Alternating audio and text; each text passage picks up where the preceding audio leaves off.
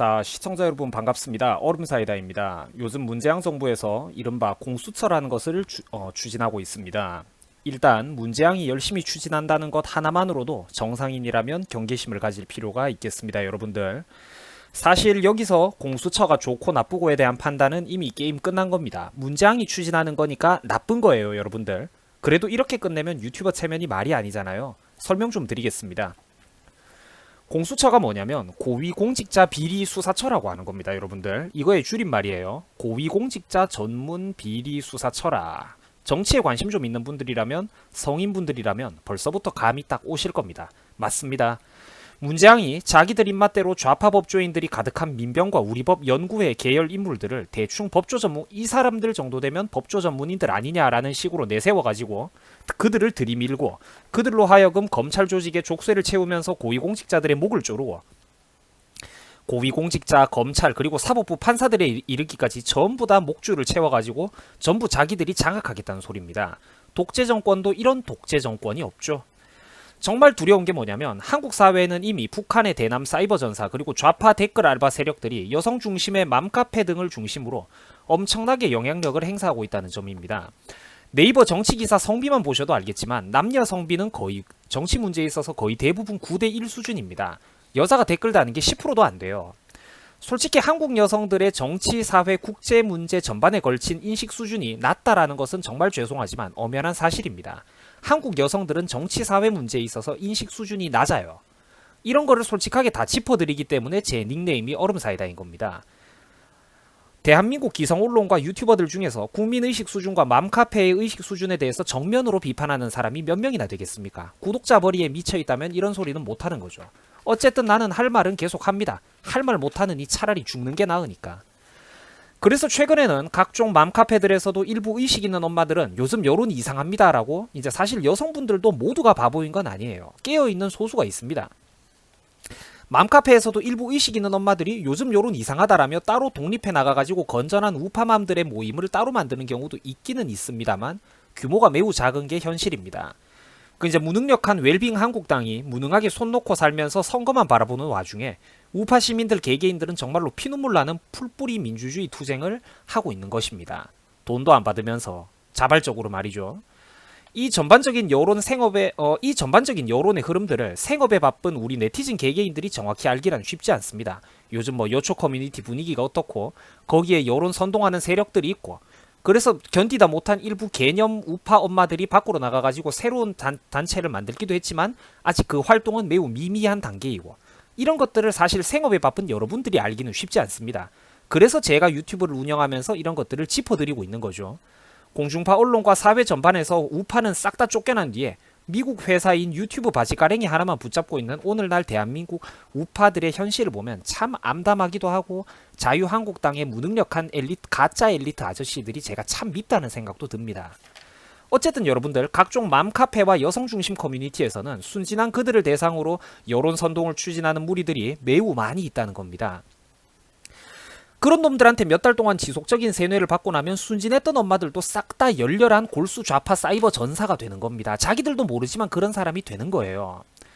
어쨌든 중요한 것은 평소에 정치에 일절 관심도 인식도 없었던 맘카페나 여초 커뮤니티가 난데없이 공수처 문제를 열렬히 요즘 떠들고 다니면서 온라인 서명운동까지 벌이고 있었다는 겁니다. 이런 거 여러분들 조심하셔야 됩니다.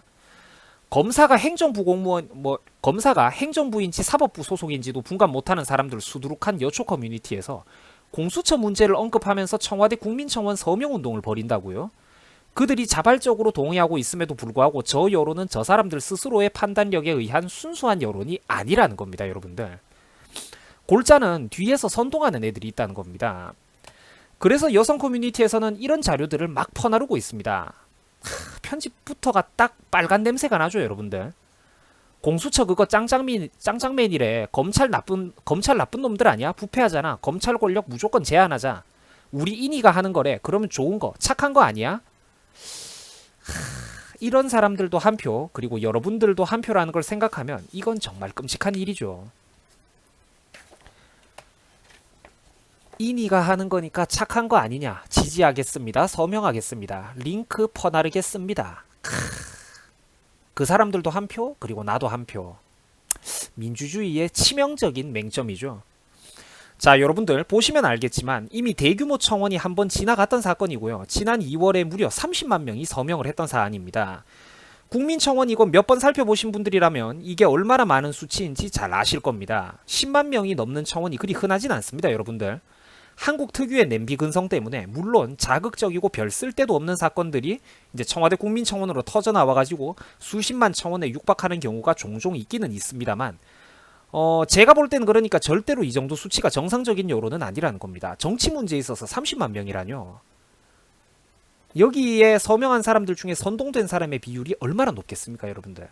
오만한 소리가 아니고 냉정한 사실을 내가 말하는 거라니까. 이 중에서 한 7, 80%는 공수처가 제대로 뭔지도 제대로 모르고 서명한 사람들이에요. 좋은 거라고 하니까. 우리 편이 한다고 하니까. 일반 국민들이 공수처 문제, 정치 문제에 대해서 뭘 얼마나 관심이 있다고 이런데 30만 명씩이나 서명을 한단 말입니까? 이런 그 광풍의 뒤에는 여초 커뮤니티를 중심으로 바람잡는 세력들의 선동이 있다는 겁니다. 바로 이런 걸 두고 하는 말이에요. 그리고 여러분들 정부놈들 답변 꼬라지 한번 보세요. 곧바로 광속으로 공식 성명을 냅니다. 하이퍼드라이브도 이런 우주여행급 답변이 없어요. 남자들이 예비군 처우 개선 문제 청와대 국민청원 했을 때 여자들도 군대 보내라는 여성징병제 같은 문제에 대해서 질의했을 때는 재미있는 주제라면서 쳐 웃고 넘어가던 인간들이 여기에서는 민정수석 조국이가 직접 튀어나와가지고 아주 그냥 열변을 토합니다. 이 인간 말하는 거 잘 보세요. 보세요, 여러분들. 아까 제가 말했던 그대로죠. 검찰과 법원의 확실한 개혁이 필요하다. 이런 소리를 하고 있습니다. 이거 보세요, 여러분들. 행정부에 있는 살아있는 최대 권력, 대통령이 제일 강자 아닙니까? 행정부에 살아있는 최대 권력이 검찰은 물론이고 사법부 판사들한테까지 대놓고 손을 대려고 하고 있습니다. 내 말이 맞지 않습니까, 여러분들? 법원도 포함이라니까요. 법원도. 권력 잡으면 이놈들이 더하다는 말입니다. 청와대 수석의 입에서 검찰은 힘이 세다느니 이번 정부에서 반드시 개혁을 해야 한다느니 이런 소리들이 나오고 있습니다. 밑에 검찰은 힘이 셉니다. 이런 거 보이시죠, 여러분들? 청와대가 같은 행정부 계열 그 검찰청의 상급 기관인데도 이런 소리를 하는 겁니다. 칼을 더 대겠다는 거죠. 간섭을 더 하겠다는 겁니다. 그렇죠, 여러분들. 요즘 좌경화된 법조인들도 물론 많지만 그럼에도 불구하고 아직까지 사법부나 검찰에는 그래도 양심과 의식 있는 법조인들, 자유민주주의 그리고 한미동맹 같은 자유진영 국가와의 연대가 중요하다. 이런 식으로 이제 정상적인 우파적인 마인드를 가지고 있는 사람들이 그래도 아직까지 법조계에는 많이 있습니다, 여러분들. 꽤 있어요. 그 이제 문재인 정부는 바로 이런 걸 뽑으려는 거죠. 그 무능력한 웰빙 한국당 그 무능력한 보수 엘리트들은 이런 사람들을 끌어주질 않았고, 반대로 저쪽 좌파 애들은 설사 약간 능력이 딸리고 스펙이 딸리는 사람이라도 자기들 입맛에 맞는 사람이다 싶으면 적극적으로 키워주고 자리를 앉혀줬습니다. 그게 오늘날의 이런 비참한 비극을 만든 거예요. 우파는 사람이 많아도 누구로부터 도움을 받은 적도 없고 뭐 이끌림, 남의 도움을 받은 적도 없고 하니까 전부 다 풀뿌리처럼 흩어져 있고, 쟤들은 일사불란하게 조직적인 움직임이 되는 겁니다. 실제로 도와주니까 그쪽 목소리, 자기들 기준으로 봤을 때는 좋은 목소리를 내면 그 이데올로기가 맞으면 그 사람을 이끌어주니까. 우파는 그걸 안 했죠. 웰빙으로. 국민들의 지지를 당연시하고 우파 시민들의 지지를 당연시하면서 저 무능력한 한국당의 거짓 엘리트들이 꿀단지 속에서 헤엄을 친 거죠. 니들이 그래서 빨갱이들 뽑을 거야? 잔말 말고 우리 뽑아. 에이, 그래서 니들이 우리 안 뽑을 거야? 좀 이런 얄미움이 있었던 건 사실이라는 겁니다, 여러분들. 저 유튜버 얼음사이다는 골수 우파입니다, 여러분들. 이런 말 한다고 한국당 비판한다고 해서 오해하시면 진짜 곤란해요. 자, 어쨌든 그래서 이제 문재인 정부에서는 그래도 건전한 우파 성향의 법조인들이 많은 이 법조계에 칼을 대고 뿌리 뽑으려는 겁니다. 그래갖고 지금도 이미 지들 입맛대로 검찰과 사법부의 고위공직자는 자기들 마음대로 앉히고 있으면서 그 최소한의 눈의 가시 같은 나머지들마저 싹 다 쫓아내고 물갈이 하고 싶다는 겁니다. 사회 각계각처의 좌파 인사들은 좌파 정부, 좌파 권력과 연관이 되어 있는데 우파 인사들은 파편적이에요, 여러분들. 한국당하고 아무 관련이 없는 사람들이 수두룩합니다. 그 이제 이런 게 우파가 나약한 요인이에요. 이런 게 가슴이 아프죠. 지들 직접적으로든 간접적으로든 지그 밥그릇 지키는 걸 도와주면 그 사람들한테 자기들도 어떻게 무언의 어떤 또 간접적인 지원을 해야 되는데 우파 애들은 그게 안 됩니다. 다 지가 잘났고 또 자기가 잘나서 당선되는 줄 알고 건방진 사람들이 너무 많죠. 그러니까 안타까운 부분입니다. 웰빙 한국당이 너무 무능력해요. 너무 무능력해. 자, 여러분들 어쨌든 다시 이제 우리 좌파 얘기로 돌아옵시다. 조국이가 여러분들 뭐 하던 놈이냐? 이 양반 조국이가 뭐 하던 놈이냐? 울산대 교수하다가 한방에 서울대 법대 교수로 간 놈입니다. 거기 가가지고도 승승장구해가지고 부교수 정교수로 딱딱 승진해가지고 철밥그릇 자리를 꿰어찼는데 이때가 누구 정권의 무렵이냐? 바로 김대중 노무현 정권입니다. 물론 2009년이야 뭐 MB 정권 때라고는 하지만 이미 그 전에 기반을 90% 이상 다 닦아놨다는 소리입니다. 제 말은. 그 이제 저런 식으로 이 인간들은 이제 약간 함량 미달의 사람들도 적극적으로 끌어준다는 거죠. 이게 좌파와 우파의 매우 큰 차이점입니다. 그 이제 문장 정부의 법무장관이 말하는 것도 한번 보세요, 여러분들. 제가 빨간 네모 박스를 쳐놨죠. 올해 내로 공수처를 설치하겠다고 합니다. 이것들이 서두르고 강력하게 밀어붙이는 건 무조건 여러분들 의심부터 해야 됩니다. 재앙이가 하겠다고 하는 건 여러분들 일단 의심부터 해야 돼. 재앙이가 하겠다고 하는 건 의심부터 해야 된다니까. 국민들한테 재앙이가 나눠주겠다고 하는 것도 의심을 해야 돼요. 왜냐? 내가 오늘 자료는 미처 준비를 못했지만 여러분들 이번에 그 국민들 우리 의료 보험하는 거 이런 거 기금이 국민보험에 관련된 그거 국민건강보험에 관한 기금이 이번에 몇 년 만에 최초로 적자가 났답니다. 손해가 나고 있대요. 전 정권에서는 조 단위로 흑자 재정이 유지되던 그 단체와 조직이 국민들의 세금이 모여서 만들어진 그 기금이 지금 적자가 나고 있다고. 조 단위로 이익 나던 게 적자가 나고 있다니까. 한국전력 그거 원전 무리하게 폐쇄하면서 전 세계에서 돈을 제일 많이 벌던 한전이 문재양 정부 들어서고 나서 적자로 돌아섰잖아요. 그거랑 똑같은 겁니다. 문재양이 하는 거는 좋은 걸 하겠다고 해도 여러분들이 의심부터 해야 돼요. 왜냐하면 그 사람이 멍청하고 무능력하기 때문에 좋은 거를 추진할 리가 없기 때문입니다. 이해됩니까, 여러분들? 수준이 안 되는 인간이 뭔가를 열심히 하겠다고 하면 그거 의심부터 해야 된다고. 이것들이 서두르고 강력하게 밀어붙이는 거는 무조건 의심부터 해야 됩니다. 또 검찰 개혁 운운하죠. 법무장관도 지금 이런 소리를 합니다.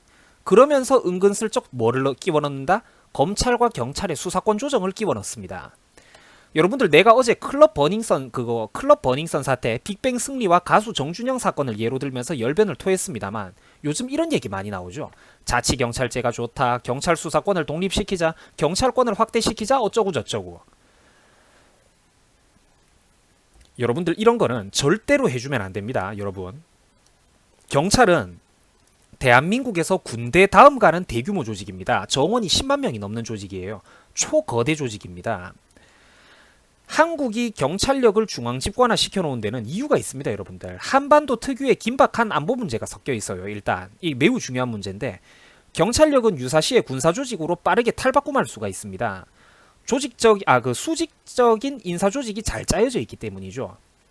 무기만 배급하면 사실상 군대로 변신할 수가 있는 조직입니다. 유사시에 필요하다면 언제든지 군대의 뒤를 보좌해 줄 수 있다는 소리죠. 예를 들어서 뭐 북한이 쳐들어오고 이렇게 국가에 어떤 그 국난이 발생했을 때 군대 혼자서 싸우면 그래 좀 힘들고 외롭지 않겠습니까? 그걸 갑자기 또 10만 명이 넘는 경찰력이 일사불란하게 조직체계 잡혀져 있으니까 피라미드형 조직체계가 잡혀 있으니까 경찰력이 군대로부터 무기만 지원받아가지고 유사시에 이렇게 몇 개 사단의 역할을 이렇게 해주면 얼마나 대한민국 군대도 도움이 되겠습니까? 북한 놈들 입장에서는 대한민국의 이런 잘 조직화된 중앙집권적 경찰력이 눈에 가시처럼 보이겠죠. 그러니까 이거를 좌파 애들이 계속 분산시키려는 겁니다. 왜 자꾸 이 조직을 해체시키려고 하고 지휘계통을 분산시키려고 하느냐? 방금 전에도 말씀드렸습니다만 그럴수록 중국이나 북한 놈들이 남한을 집어삼키기가 쉽기 때문입니다. 이런 거시적인 걸 모르는 분들이 정말 많거든요. 일반 국민들 중에서. 내가 여러분들한테 꼭 한번 말씀드리고 싶은 게 대한민국은 미국의 일개주보다도 작은 나라입니다. 솔직히 말해서 이렇게 좁고 작은 나라에서 고속도로 잘 돼 있고 또 광속으로 인터넷 통신하고 뭐 무선 통신 뭐 전화 이런 거 다 잘 돼 있는 전산 처리 잘 돼 있는 이런 작은 나라에서 무슨 놈의 자치 분산을 한단 말입니까? 지금이 솔직히 막말로 말 타고 뛰어가가지고 임금님 지령 전달하는데 뭐 서울에서 부산까지 가는데 10일 넘게 걸리고 뭐 이런 시절입니까? 미국의 일개 주보다도 작은 나라에서 요즘같이 정보통신 발달한 시대에 무슨 놈의 그렇게 자치 분산을 그렇게 좋아한단 말입니까? 아니 그러면 왜 군대도 지역별로 부대별로 자율권을 부여하고 자치하라지 그래요. 군대도 지역민들하고 더 친근하게 민주적인 군대로 거듭나겠다. 갖다 붙일 명분은 많지 않습니까? 군대도 전부 다 독립시키면 되잖아. 근데 여러분들 상식적으로 그렇게 하면 어떻게 되겠습니까? 각종 군벌들이 지역별로 득세하는 중동과 아프리카 후진국의 내전국가 꼬라지가 나는 겁니다. 현대판 삼국지 소설의 그 초반부 군웅할거 시대로 가는 겁니다. 남한이 대한민국이 서로 잘게 쪼개지고 배부른 백분 토론 헛소리하면서 민주주의가 변질돼가지고 중우정치를 일삼고 있으면 외국 입장에서는 어떻겠습니까? 정치 독재 권력이 잘 통합되어 있는 외국의 독재 국가들, 북한과 중국 같은 독재 국가 입장에서는 딱 집어삼키기 좋은 먹잇감이 되는 거죠. 우리 한국이 분열되고 쓸데없는 백분 토론에 미치면 미칠수록 외국 독재 국가들 입장에서는 한국을 집어삼키기가 쉬워진다는 겁니다. 유튜브 시청자 여러분, 경찰 조직은요, 그래도 우리 같은 민간인들하고는 눈에 안 보이는 어떤 하나의 벽이 쳐져 있는 검사들하고는 그 성질이 한참 다릅니다. 지역 주민들, 지역 유지들, 민생과 매우 가까이 존재하는 권력이 바로 경찰입니다. 우리 피부에 와닿는 권력이라고요, 경찰은. 여러분들, 경찰이 부패해버리면 그 해악은 일반 공무원이나 정치범 범죄와는 비교도 할 수 없습니다. 전라도 섬노예 사건, 이번에 클럽 버닝썬 사건 등등 지역 동네의 부자, 유력자, 유명 인사들과 결탁하기가 매우 쉽고요. 일선 사업장과 유흥가 같은 곳에 단속이나 폭행 시시비비 문제가 발생했을 때 경찰과 아는 사이냐 모르는 사이냐에 따라 가지고 엄청나게 부정과 부조리가 개입할 여지가 다분한 조직이라는 겁니다. 이건 여러분들 경찰 전체에 대한 모욕이 아니에요. 엄연한 현실을 말하는 겁니다. 이거 되게 이 학구적인 집단에서는 되게 많이 논의되는 문제거든요. 경찰력을 확대하는 거는 정말로 조심해야 되는 문제입니다. 경찰력의 확대는 독재의 전초입니다, 여러분들. 경찰력의 확대는 독재의 전초라고. 독재 국가에서 활약하는 게 뭡니까? 비밀 경찰 아닙니까? 내가 경찰력을 확대해주면 안 된다 이런 소리를 하는 건 여러분들, 우리 일부 시청자 여러분들이 오해를 하시던데, 시청자 여러분들이 경찰이거나 혹은 여러분들 부모나 가족들이 어떤 하급 중급 경찰직에 있다고 해가지고 나한테 경찰 전체를 모욕하지 마라, 실망스럽다, 이런 문제가 절대 아닙니다, 여러분들.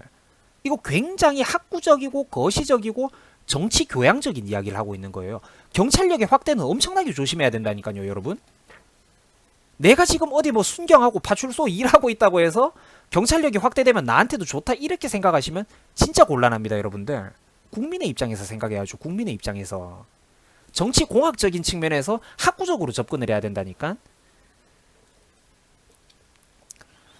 경찰은 민간인들의 삶에 매우 밀착되어 있는 거대 조직입니다. 이들의 자율 권한이 확대되면 상상도 못할 역효과가 발생하게 됩니다. 아니 여러분들, 지금의 기존 시스템에서도 전라도 섬노예 사건이 결국 제대로 해결이 됐습니까? 거기 피해자들이 그러죠. 신고해도 소용없다, 안 받아주더라고.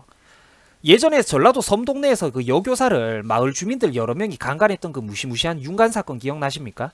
그때 여교사가 섬파출소 전라도 경찰서가 아니라 간신히 멘탈 추스리고 꽉 붙잡아가지고 서울로 올라와가지고 신고했다지 않습니까? 여러분들 기억나시죠? 그 여교사가 왜 그렇게 했을까요? 그냥 자기 집에 앉아갖고 112로 저 성폭행 당했습니다 신고하면 끝날 일을 왜 그렇게 안 하고 멘탈 꽉 붙잡고 그 젊은 여성이 아픈 몸을 이끌고 서울로 올라와가지고 신고를 했을까요? 그 한번 생각을 해보라니까. 그 정경유착에 대해서 뭐 재벌하고 저 높은 어떤 우리 구름 위에 있는 높은 벼슬아치들이 붙어먹는 것만 정경유착이 아니라 일선 지방에서도 그런 무시무시한 일이 벌어질 수가 있다니까. 바로 여러분들 옆집에서도, 여러분들이 사는 바로 그 동네에서도. 이거를 생각하라고. 이쪽의 해악이 훨씬 더 크다는 겁니다. 그 여교사가 왜 서울까지 올라갔겠어요? 그럼 뭘 의미하겠습니까? 그러니까 지금도 지역 유지와 토착 세력들과 경찰 권력이 들러붙는 일이 비일비재한데, 이거를 여기서 자치권을 더 늘리고 검찰의 견제를 받는 지금으로부터 탈피해서 전적으로 수사권 100% 독립을 시켜주자? 미친 소리죠, 여러분들. 이거는 경찰 사람들 개개인이 나쁜 게 아니라, 그분들 개개인이 죄가 있다는 게 아니라, 경찰이라는 조직 특성상 구조적으로 경찰 조직은 썩을 수밖에 없다는 겁니다. 그 자치권이, 독자권이 확대되면 확대될수록 민생과 긴밀하게 연결되어 있기 때문에 이건 어쩔 수 없다니까요, 여러분들. 자꾸 대한민국에 있는 이런 권한들을 쪼개고 행정 절차들을 쪼개고 때법과 토론만을 위한 백분토론, 의미 없는 장광설이 사회에 만연해지고 개입해지기 쉬울수록 대한민국 사회는 나나 여러분들 같은 의식 있는 사람들이 원하는 방향이 아니라 자금력과 조직력을 가지고 있는 특정 분탕 세력들의 입맛대로 흘러갈 확률이 매우 높습니다, 여러분들. 쪼개주고 꿈먹는 소리 할수록 자금력과 조직력을 가지고 있는 특정 분탕 세력의 입맛대로 주도대로 국민 여론이 흘러갈 수밖에 없다고요, 여러분들. 나와 여러분들 같이 진정한 주체적인 판단력을 가지고 있는 시민 개개인, 의식 있는 시민 개개인의 목소리는 절대로 힘이 강할 수가 없습니다. 자금력과 조직력을 가지고 있는 특정 분탕 세력 의도대로 중우정치가, 그러니까 민주주의가 변질된 중우정치가 활발해질수록 자금력과 조직력을 가지고 있는 특정 분탕 세력의 입맛대로 한국 사회가 흘러갈 수밖에 없다니까요, 여러분들. 그 진짜 조심해야 돼요, 그거를. 말씀드렸다시피 마음에 안 드는 고위공직자, 판검사들을 주요 요직에서 쳐내고 문재인 정부의 의도는 행정사법부를 지들 손아귀에 마음대로 잡고 흔들겠다는 겁니다. 이런 개혁을 통해서. 이런 놈들이 2년 전만 해도 대한민국 사회, 대한민국에 있는 그 절반 이상의 국민들, 10대, 20대, 30대, 40대, 50대, 1, 2, 3, 4, 50대 국민들 절반 이상, 과반수한테 날개 달린 천사처럼 보여졌고, 민주주의의 수호신 같은 세력처럼 코스프레하고, 실제로 그 이미지가 먹혀들었으니까, 대한민국의 국민의식 수준이 얼마나 비참합니까? 나 같은 사람은 그때부터 10년 전부터 저놈들은 인간이 아니다 제발 좀 정신 차려라 라고 국민들한테 하소연을 했지만 말씀드렸지 않습니까, 방금 전에? 나 같은 일반 개개인 시민의 목소리는 영향력이 약할 수밖에 없다니까. 그러니까 나보다 수준이 한참 낮다 하더라도 자금력과 조직력을 가지고 있는 사회 분탕 세력들의 목소리가 커질 수밖에 없다는 겁니다. 걔들이 남들을 선동하고 이웃을 선동해가지고 자꾸 그 여론을 형성하기가 쉽다는 거죠. 내가 더 수준 높은 목소리, 지적인 목소리를 내줘도 내 개인의 목소리는 절대로 영향력이 강할 수가 없다니까. 그거를 말하는 겁니다. 그거를 보면서 여러분들이 굉장히 사회가 무섭다는 걸 아셔야 돼요. 이미 여러분들 벌써부터 저쪽 사람들, 그 문재인 정부의 의도는 보이고 있죠. 전례가 없는 현직 사법부 판사들도 고소하고 협박하고 기소하지를 않나. 김경수 사건 판사도 지들 입맛에 안 맞는 판결 나오니까 기소해버렸습니다. 대통령 행정부에 살아있는 권력이 벌써부터 기존 시스템 안에서도 온갖 칼자루를 휘두르면서 사법부 판사들을 협박하고 있는 중입니다. 현 시스템에서도 이 정도로 쟤들이 무서운데 마음 놓고 춤춰보라고 멍석까지 깔아주면 어떻게 되겠습니까, 여러분들? 이거를 생각하시라니까. 성창호 판사가 정부 외압받고 기소당하고 그러는 거는 이미 이제 어른 시청자 여러분들도 잘 알고 계실 겁니다. 이 사람이 요즘 문재인 정부한테 많은 미움을 받고 있죠. 근데 여러분들 오해하시면 안 되는 게 딱히 이 양반이 뭐 골수 우파 인사이고 이런 것도 아닙니다. 옛날에 박근혜 대통령에 관해서는 뭐 나쁜 판결을 했던 사람이에요. 근데 박근혜한테 불리하게 판결했을 때는 정의로운 판사라고 추앙을 하던 좌좀들이 김경수를 구속하고 나쁘게 대하니까 이때는 곧바로 나쁜 판사다, 적폐소리다, 180도 돌변을 합니다. 제가 그래서 화살표 쫙 그어놨죠. 사법농단 기소된 성창호 판사 재판 업무에서 배제되었다. 그래갖고 지금 뭐 기소당해가지고 지금 이렇게 공격받고 있다 뭐 이런 거. 판사를 재판 업무에서 배제하다뇨, 여러분들. 그럼 무슨 일 합니까? 뭐 사실상 월급만 받는 백수입니까?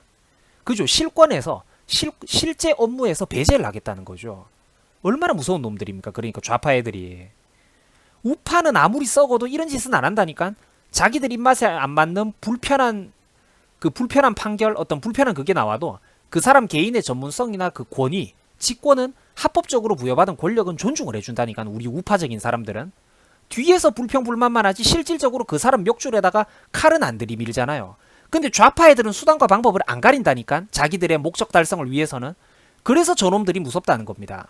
그래서 지금도 내가 나이가 젊지만 지금보다도 더 어렸던 그 나이, 지금도 제가 나이가 젊지만 지금보다도 더 젊다 못해 어렸던 그때 그 시절에, 물론 나 아무 힘도 없는 일반 국민 개인이었지만 이명박 박근혜 정권을 보면서 저거 봐라, 저 사람들은 자기가 지금 얼마나 무서운 놈들을 상대하고 있는지 정말 상상도 못하고 있다.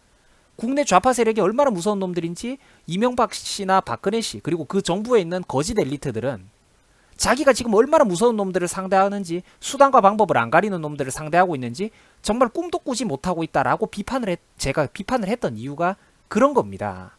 저쪽 사람들은 거침이 없다니까요. 자기들이 최종적으로 꿈꾸는 어떤 그 시민혁명, 프롤레타리아 혁명, 공산혁명을 위해서는 모든 수단과 방법, 과정들이 합리화가 됩니다. 저 사람들은. 당위성이 부여가 돼요. 최종 목적을 통해서. 과정은 무시가 된다고. 자기가 어떤 놈들을 상대하는지를 모르니까 이런 비참한 사태가 벌어졌던 겁니다. 대한민국의 좌파 세력들이 나쁜 것과는 별개로 대한민국 우파 세력이 그동안 너무나도 무능했어요. 너무 무능했어, 이 사람들은. 내가 그게 참 마음이 아픕니다. 하고 여러분들, 내가 한국 사회의 그 감성과 때법주의, 민심 문화가 위험하다는 게 바로 이런 걸 두고 말하는 겁니다. 이제 이 성창호 판사 본인도 요즘 들어서 자기가 이런 말도 안 되는 그 사법부 판사로서 판사임에도 불구하고 신분이 보장되는 판사임에도 불구하고 법은 무시하고 이렇게 공격받으면서 아마 성창호 판사 본인도 뭔가 요즘 느끼고 있는 게 있을 겁니다. 그죠? 그 내가 한국 사회에 만연한 감성주의, 때법주의, 민심 문화가 위험하다는 게 바로 이런 걸 두고 말하는 겁니다. 사회가 이런 식으로 돌아가는 건 여러분들 정상이 아니라니까.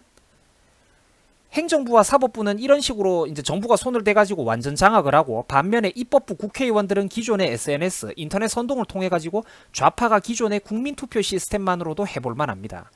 특히나 선동에 취약하고 일방적인 선악 이분법의 수준 낮은 정치의식을 가지고 있는 우리 한국인들에게 우리 한국인들이 그냥 아직까지도 엄청나게 많기 때문이죠. 이런 수준 낮은 인식을 가진 사람들이. 그리고 또 이것까지 입법부 국회의원 투표 방식까지 건들기에는 아직까지 국민 여론도 부담이 되죠. 하지만 여러분들 한번 생각해 보세요. 이미 언론까지는 좌파가 꽉 쥐고 있죠. 언론 전체를. 우파가 뭐 어디 언론에서 목소리 내는 거 보신 적 있습니까? 싹 다 쫓겨났어요. 언론은 각종 언론 노조 세력들이 싹 다 장악을 했습니다. 유튜브 말고는 우파가 목소리 내는 곳이 없잖아요. 그러니까 저 좌파 독재자들이 뭐라고 합니까? 유튜브에 재갈을 물리려고 하잖아. 유튜브 규제하겠다고 하잖아. 소름 돋지 않습니까? 이런 거 보면. 이명박근혜가 언제 표현의 자유에 그 재갈 거는 거 본 적 있어요?